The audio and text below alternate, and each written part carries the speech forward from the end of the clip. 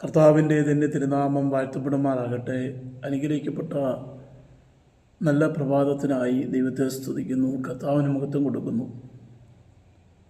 Trumpet media എന്ന് പറയുന്ന ഈ ചാനലിലൂടെ എന്നെ ശ്രദ്ധിക്കുന്ന എല്ലാ മാന്യ ശ്രോതാക്കൾക്കും യേശു കർത്താവിൻ്റെ നാമത്തിൽ വന്ദനത്തെ അറിയിക്കുകയാണ്. അല്പസമയം ദൈവത്തിൻ്റെ വചനത്തിൽ നിന്നും ചില കാര്യങ്ങൾ ഓർപ്പിക്കുവാൻ കർത്താവിൽ ശരണപ്പെടുന്നു. പുതിയ നിയമത്തിൽ ധന്യനായിരിക്കുന്ന പൗലോസ്ലീഹ തിമോത്തിയോസിന് എഴുതിയ ലേഖനത്തിൻ്റെ 1-ാം ലേഖനം അതിൻ്റെ 6-ാം അധ്യായം 11-ാമത്തെ വാക്യം മുതൽ നാം പഠിക്കുമ്പോൾ ഉപദേശരൂപേണ തിമോത്തിയോസിനോട് ചില കാര്യങ്ങൾ ധന്യനായിരിക്കുന്ന പൗലോസ്ലീഹ ഓർപ്പിച്ചുണർത്തുന്ന ചില കാര്യങ്ങളുണ്ട്. നീയോ ദൈവത്തിൻ്റെ മനുഷ്യനായുള്ളവേ, അത് വിട്ടോടി നീതി, ഭക്തി, വിശ്വാസം, സ്നേഹം, ക്ഷമ, സൗമ്യത എന്നിവയെ പിന്തുടരുക. വിശ്വാസത്തിന് നല്ല പോർ പൊരുതുക, നിത്യജീവനെ പിടിച്ചുകൊള്ളുക. അതിനായി നീ വിളിക്കപ്പെട്ട അനേക സാക്ഷികളുടെ മുമ്പാകെ നല്ല സ്വീകാര്യം കഴിച്ചുവല്ലോ. നീയോ ദൈവത്തിൻ്റെ മനുഷ്യനായുള്ളവേ, അത് വിട്ടോടുക. ഏത് വിട്ടോടണമെന്നാണ് ദൈവത്തിൻ്റെ വചനം പഠിപ്പിക്കുന്നത്? അതിന് മുമ്പിലത്തെ ഭാഗ്യം വായിക്കുമ്പോൾ ദ്രവ്യാഗ്രഹം സകലവിധ ദോഷത്തിനും കാരണമായിത്തീരുന്നു. അത് വിട്ടോടാനാണ് തിമോത്തിയോസിനോട് ദൈവത്തിൻ്റെ വചനത്തിലൂടെ പൗലോസ്ലീഹ ഉപദേശിക്കുന്നത്. എന്നിട്ട് അടുത്ത ഭാഗമാണ് എൻ്റെ ചിന്താവിഷയം. വിശ്വാസത്തിൻ്റെ നല്ല പോർ പൊരുതുക. ദൈവത്തിൻ്റെ മനുഷ്യൻ തിമോത്തിയോസിനെ വിളിച്ചിരിക്കുന്ന മനോഹരമായ ഒരു പേരാണ് ദൈവത്തിൻ്റെ മനുഷ്യൻ. അപ്പോൾ ദൈവത്തിൻ്റെ മനുഷ്യന് ചില പോരാട്ടങ്ങളുണ്ട്. എങ്ങനെ പോരാടണം, എന്തിനു വേണ്ടി പോരാടണം, അതാണ് ദൈവത്തിൻ്റെ വചനത്തിൽ ദൈവമനുഷ്യൻ്റെ പോരാട്ടങ്ങളെക്കുറിച്ച് നമുക്ക് കാണാൻ കഴിയുന്നത്. ചില പോരാട്ടങ്ങളെ നിങ്ങളോടൊന്ന് ചൂണ്ടിക്കാണിച്ചുകൊണ്ട് എൻ്റെ വാക്കുകളെ നിർത്തുവാൻ കർത്താവിൽ ആഗ്രഹിക്കുക. ഇവിടെ പറയുന്ന വിശ്വാസത്തിൻ്റെ നല്ല പോർ പൊരുതണം, വിശ്വാസത്തിന് വേണ്ടി പോരാടണം. ദൈവത്തെ സേവിക്കാൻ ഇറങ്ങി തിരിച്ച ഒരു ദൈവവൈദ്യൻ്റെ ജീവിതത്തിൽ അവൻ്റെ മരണം വരെ അവനെ പിന്തുടരുന്നൊരു കാര്യമാണ് വിശ്വാസം. ഇടയ്ക്ക് വെച്ച് ഇട്ടേച്ച് പോകുന്ന, അല്ലെങ്കിൽ ഇടയ്ക്ക് വെച്ച് മുറിഞ്ഞു പോകുന്ന ഒന്നായി തീരാതെ വിശ്വാസത്തിൻ്റെ നായകനായ യേശുക്രിസ്തുവിനെ ആശ്രയിച്ചുകൊണ്ട് വിശ്വാസത്തിന് വേണ്ടി പോരാടണം. വിശ്വാസത്തിൽ നല്ല പോരാട്ടം കഴിക്കണം. കാരണം നമ്മളെ വിശ്വാസത്തിൽ നിന്ന് തെറ്റിച്ച് കളയാൻ നമ്മുടെ ശത്രുവാകുന്ന സാത്താൻ പല ശ്രമങ്ങളും നടത്തും. പല കാര്യങ്ങൾ ദൈവവചനത്തെ വിശ്വസിക്കാൻ കഴിയാത്ത, പ്രാർത്ഥനയ്ക്ക് മറുപടി കിട്ടും എന്ന് വിശ്വസിക്കാൻ കഴിയാത്ത ചിന്തകളിലൂടെയൊക്കെ നമ്മളെ കൊണ്ടുപോയി നമ്മുടെ വിശ്വാസ ജീവിതത്തെ ഇല്ലാതാക്കാൻ ശ്രമിക്കുമ്പോൾ അതൊരു പോരാട്ടം തന്നെയാണ്. വിശ്വാസത്തിൽ നിലനിൽക്കണമെങ്കിൽ നമ്മൾ പോരാടണം. നമ്മുടെ വിശ്വാസത്തെ ആരും ചോദ്യം ചെയ്യാൻ അനുവദിക്കാതെ. അത് ശക്തമായൊരു കാര്യമാണ്. ജീവിതത്തിൽ നാം എന്നും കാത്തു സൂക്ഷിക്കേണ്ട പരമപ്രധാനമായ ഒരു കാര്യം തന്നെയാണ് വിശ്വാസത്തിന് വേണ്ടി പോരാടണം. റോമാലേഖനത്തിൽ പൗലോസ്ലീഹ പറയുന്ന മറ്റൊരു കാര്യമാണ് പ്രാർത്ഥനയിൽ പോരാടണം.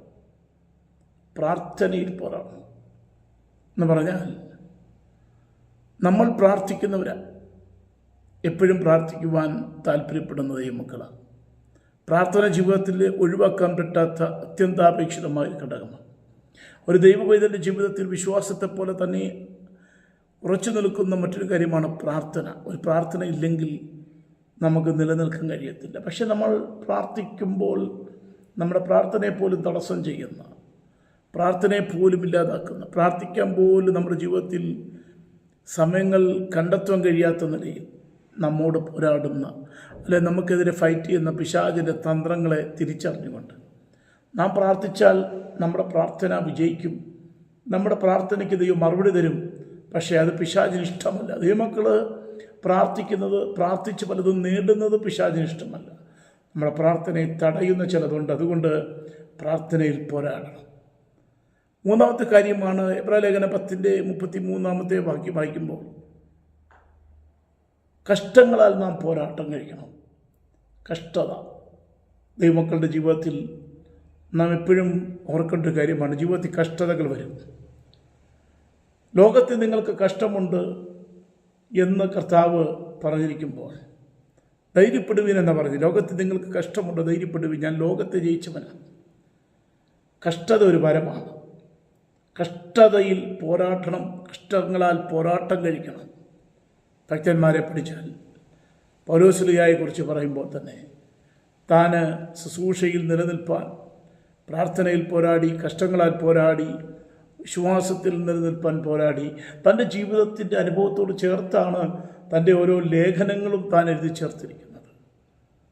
പിന്നെയോ സുവിശേഷ ഘോഷണത്തിൽ പോരാടണം. തെസ്സലോനിക്ക ലേഖനത്തിൽ പൗലോസ്ലീഹ ഓർപ്പിക്കുന്നൊരു കാര്യമാണ് സുവിശേഷ ഘോഷണത്തിൽ പോരാടണം. നമ്മൾ സുവിശേഷം പറയുമ്പോൾ ഒരു പാപി മാനസാന്തരപ്പെടുമ്പോൾ ആ പാപിയെ മാനസാന്തരത്തിലേക്ക് നയിക്കാതെ അവൻ്റെ ഹൃദയത്തിൽ വീഴുന്ന വചനമാകുന്ന വിത്തുകൾ പറവകൾ വന്ന് കൊത്തിപ്പറിച്ചതുപോലെ പിശാച് അവൻ്റെ ഹൃദയത്തിൽ നിന്ന് വചനമെടുത്ത് കളയുകയാണ്. സുവിശേഷ ഘോഷണത്തിൽ പോരാട്ടം കഴിക്കുന്ന അനുഭവങ്ങൾ നമുക്കുണ്ടാകണം. നമ്മെ ഭരമേൽപ്പിച്ചിരിക്കുന്ന വിശ്വാസ ജീവിതത്തിന് വേണ്ടി പോരാടണം. ഞാൻ നേരത്തെ പറഞ്ഞു, വിശ്വാസത്തിൽ നിലനിൽക്കാൻ പോരാടണം. നമ്മെ ഏൽപ്പിച്ച വിശ്വാസത്തിൽ, നമ്മെ ഭരമേൽപ്പിച്ച ശുശ്രൂഷയിൽ നിലനിൽപ്പാൻ വേണ്ടി നമ്മൾ പോരാടണം. വെറുതെ പോരാടാൻ നമുക്ക് കഴിയത്തില്ല. ചുമ്മാ പിശാചിനെ ശാസിച്ചാലൊന്നും പിശാച് പോകുകയല്ല. പക്ഷേ അതിന് നമുക്ക് ആയുധങ്ങളുണ്ടെന്നാണ് ദൈവവചനം പഠിപ്പിക്കുന്നത്. ദൈവത്തിൻ്റെ സർവായുധ വർഗ്ഗങ്ങൾ ധരിക്കുകയും ദൈവത്തിൻ്റെ സർവായുധ വർഗ്ഗങ്ങൾ കരങ്ങളിൽ എടുക്കുകയും ചെയ്യണമെന്നാണ് ലേഖനകർത്താവ് നമ്മെ ഓർപ്പിക്കുന്ന കാര്യം. പിന്നെയോ സാത്താന്യ മണ്ഡലങ്ങളോട് നമുക്ക് പോരാടണം. വാഴ്ചകളോടാണ് നമ്മൾ പോരാട്ടം, അധികാരങ്ങളോടാണ് നമ്മൾ പോരാട്ടം. ഈ ലോകത്തിലെ അന്ധകാരത്തിൻ്റെ ശക്തികളോടാണ് നമുക്ക് പോരാട്ടം. നമ്മുടെ നാട്ടുകാരോടോ, നമ്മുടെ കൂട്ടുകാരോടോ, നമ്മുടെ മാതാപിതാക്കളോടോ, നമ്മുടെ കുഞ്ഞുങ്ങളോടോ, കൂട്ടുവിശ്വാസികളോടല്ല നമ്മൾ പോരാട്ടം കഴിക്കുന്നത്. നമ്മെ എതിർക്കുന്ന പൈശാചിക തന്ത്രങ്ങളോട് നമുക്ക് പോരാട്ടമുണ്ട്.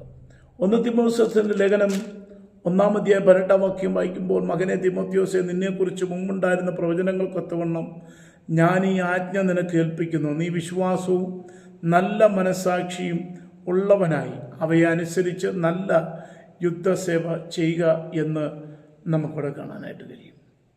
നല്ല യുദ്ധസേവ ചെയ്യുക, നല്ല പോരാട്ടം കഴിക്കുക എന്നാണ് അതിൻ്റെ അർത്ഥം. നല്ല പോരാടുന്ന ഒരു വ്യക്തിക്ക് മാത്രമേ, ഒരു പടയാളിക്ക് മാത്രമേ വിരുദ് പ്രാപിക്കുവാനായിട്ട് പറ്റത്തുള്ളൂ. ക്രിസ്തുയേശുവിൻ്റെ നല്ല പടനായി നീ എന്നോടുകൂടെ കഷ്ടം സഹിക്കുക എന്ന് പറഞ്ഞതുപോലെ ക്രിസ്തുയേശുവിൻ്റെ നല്ല പോരാട്ടമുണ്ട്. പട്ടാളത്തിലേക്ക് റിക്രൂട്ട്മെൻറ്റ് ചെയ്ത് ഒരാളെ എടുക്കുമ്പോൾ അവൻ തൻ്റെ രാജ്യത്തിന് വേണ്ടി ജീവൻ ബലിയർപ്പിക്കാനുള്ള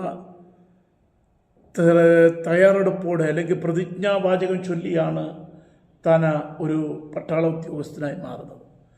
പേടിയുള്ളവനെ അതിനകത്ത് ചേർക്കാൻ പറ്റത്തില്ല, അവനവിടെ പരാജയപ്പെട്ടു പോകും. എന്നാൽ രാജ്യത്തിനു വേണ്ടി പോരാട്ടം ചെയ്യുവാൻ, പോരാടി മരിക്കുവാൻ പൂർണ്ണ മനസ്സോടെ മുന്നോട്ട് വരുന്ന ഒരാൾക്ക് മാത്രമേ ഒരു ആർമിയിൽ ഒരു പട്ടാളക്കാരനായി, BSF ഒരു പട്ടാളക്കാരനായി സേവനമനുഷ്ഠിക്കാൻ, രാജ്യത്തിന് വേണ്ടി സേവനമനുഷ്ഠിക്കാൻ പറ്റത്തുള്ളൂ.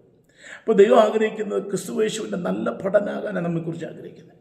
നല്ല പഠന പോരാട്ടങ്ങളുണ്ട് അല്ലേ? ക്രിസ്തുയേശുവിൽ ഭക്തിയോട് ജീവിക്കുവാൻ ആഗ്രഹിക്കുന്നവർക്കെല്ലാം ഉപദ്രവം ഉണ്ടാകുമെന്ന് തിരുവചനം നമ്മെ പഠിപ്പിക്കുമ്പോൾ, നല്ല പഠനായി കഷ്ടം അനുഭവിച്ചുകൊണ്ട് തകർച്ചകൾ ജീവിതത്തിൽ വരുമ്പോൾ അതിനെ സാരമില്ലെന്ന് എണ്ണിക്കൊണ്ട് പോരാട്ടം കഴിക്കുന്നവരായി നമ്മൾ മാറുവാൻ കർത്താവ് നമ്മളെക്കുറിച്ച് ആഗ്രഹിക്കുക.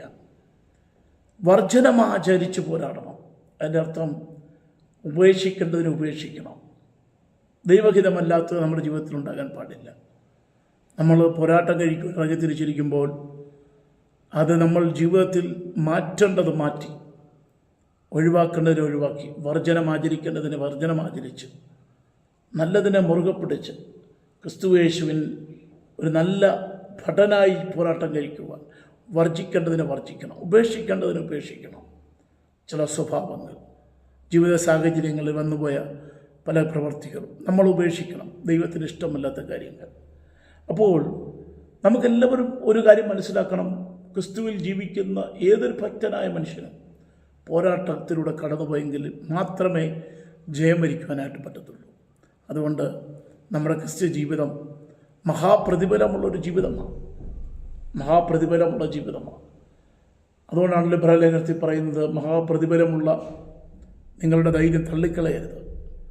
നമുക്ക് പ്രതിഫലം വിഭാഗിക്കുന്നൊരു ദിവസമുണ്ട്. നല്ല പോരാട്ടം പോരാടി ഓട്ടം തികച്ച് വിശ്വാസം കാത്ത് ജീവിക്കുന്നൊരു ദൈവഭക്തന് നല്ല പ്രതിഫലം സ്വർഗം ഒരുക്കി വെച്ചിട്ടുണ്ട്. ആ പ്രതിഫലത്തിലേക്ക് ആഞ്ഞുകൊണ്ട് നിത്യതയ്ക്ക് അവകാശികളെ തീരുവാൻ സ്വർഗത്തിലെ ദൈവം നമ്മെ സഹായിക്കട്ടെന്ന് പ്രാർത്ഥിച്ചുകൊണ്ട് നിങ്ങളുടെ പ്രാർത്ഥനാ വിഷയങ്ങൾ ഞങ്ങളുമായിട്ട് പങ്കുവെക്കുക. ഈ ചാനൽ എൻ്റെ ഫോൺ നമ്പർ ഇവിടെ കൊടുത്തിട്ടുണ്ട്. ഏത് സമയത്തും നിങ്ങളുടെ വിഷയങ്ങൾക്ക് വേണ്ടി പ്രാർത്ഥിക്കാൻ ഞങ്ങൾ സന്നദ്ധരാണ്. ദൈവമായ കർത്താവ് നിങ്ങളെ അനുഗ്രഹിക്കുമാറാകട്ടെ.